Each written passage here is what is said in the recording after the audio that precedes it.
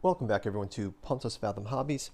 This is Season 8, Episode 9 of Eldritch Horror.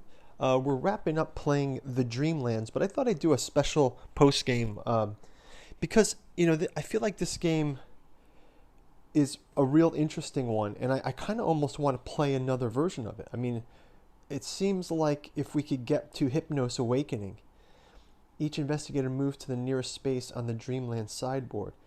Move each cultist to the nearest space on the Dreamland sideboard. That's pretty cool. The final Hypnos Awakening would have been fun, and we didn't get to it. So, what do you guys think? Should we play it again? Do another Dreamlands with Hypnos? Let me know, because I think it seems like we were doing real well at the beginning, and then Hypnos really never had a chance. Yet we spent a lot of time on the other sideboard. So let me know what you guys think. In sort of a, and I also want to get to read some of those Hypnos win cards, but maybe quickly I want to just jump into the Hypnos.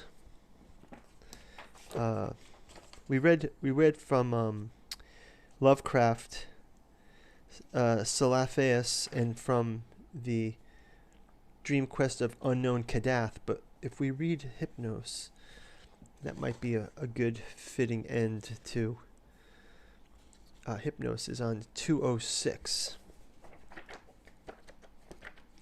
206, this is Lovecraft writing on Hypnos.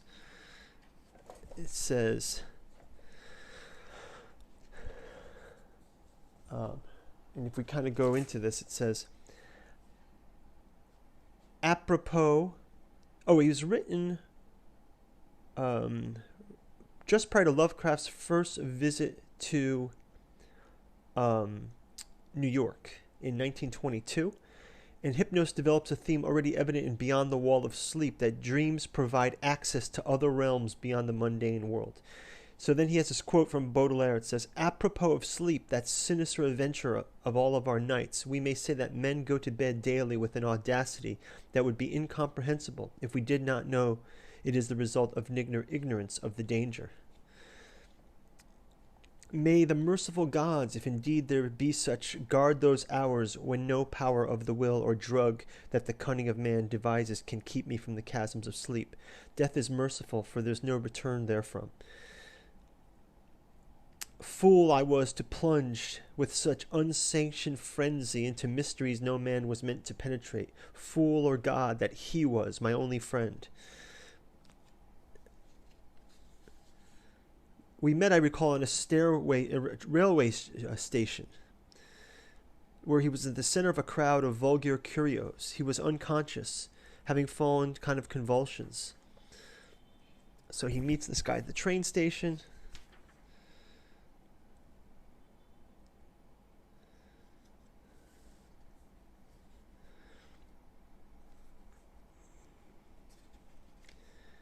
And as I looked, I beheld the head rise, the black liquid, the deep sunken eyes open in terror. So now it's later, and he's sort of realizing who this is, right?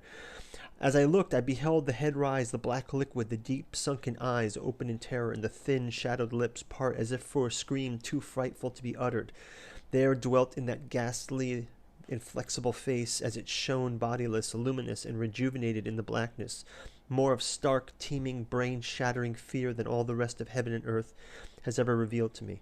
No word was spoken amidst the distant sound that grew nearer and nearer, but I was followed with the memory face's mad stare along that cursed shaft of life to its source, the source whence also the whining came. I too saw for an instant what it was, and I fell with ringing ears into the fit of shrieking epilepsy which brought the lodgers and the police. Never could I tell, try as I might, what is actually what I saw, nor could they still face tell. For although it must have been more than I did, it will never speak again. But always I shall guard against the mocking and insatiate Hypnos, lord of sleep, against the night sky, against the mad ambitions of knowledge and philosophy. What just happened is unknown. Not for only was my own mind unseated by the strange and hideous thing, but others were tainted with a forgetfulness which can mean nothing if not madness. They have, I know for what reason, that they have never had a friend but that art, philosophy, and insanity that filled my tragic life. The lodgers and police that night tried to soothe me, and the doctor administered something to quiet me. nor did anyone see what a nightmare event had taken place. My friend moved them to no pity, but what they found on the couch in the studio made them give praise and sickened me. For now, a fame which I spun in despair as I sit for hours, bald, gray-bearded, shriveled, palsied, drug-crazed, broken, and adoring and praying the object they found. For they deny that I sold the last of my statuary, and point with ecstasy to the thing that the shining shaft of light. But upon the marble basin is carved in the single name in the letters of Attica, Hypnos. Wow, it's crazy. Really strange. Like, very, very strange.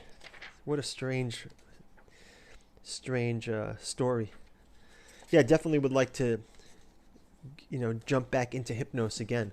I think Lovecraft has got a Lovecraft's dream cycle is definitely one of the interesting counterpoints to the Cthulhu stuff. So yeah, maybe I'll just get over to wrapping up the game, and thank you guys for watching. I'm gonna do a quick reboxing of this, and as usual, like and subscribe below. I mentioned before, check out the Yellow Sign volumes 1 and 2. Moldenhauer's preface kind of takes you through not only the different stories, but also the way it impacted Lovecraft. And the second volume is just sort of a tour of references that are kind of like breadcrumbs to the witch's house on Lost Carcosa. So check those out. Thanks a lot for your support, and thanks for watching. Start getting this cleaned up, and we'll talk to you in the next game. Bye-bye.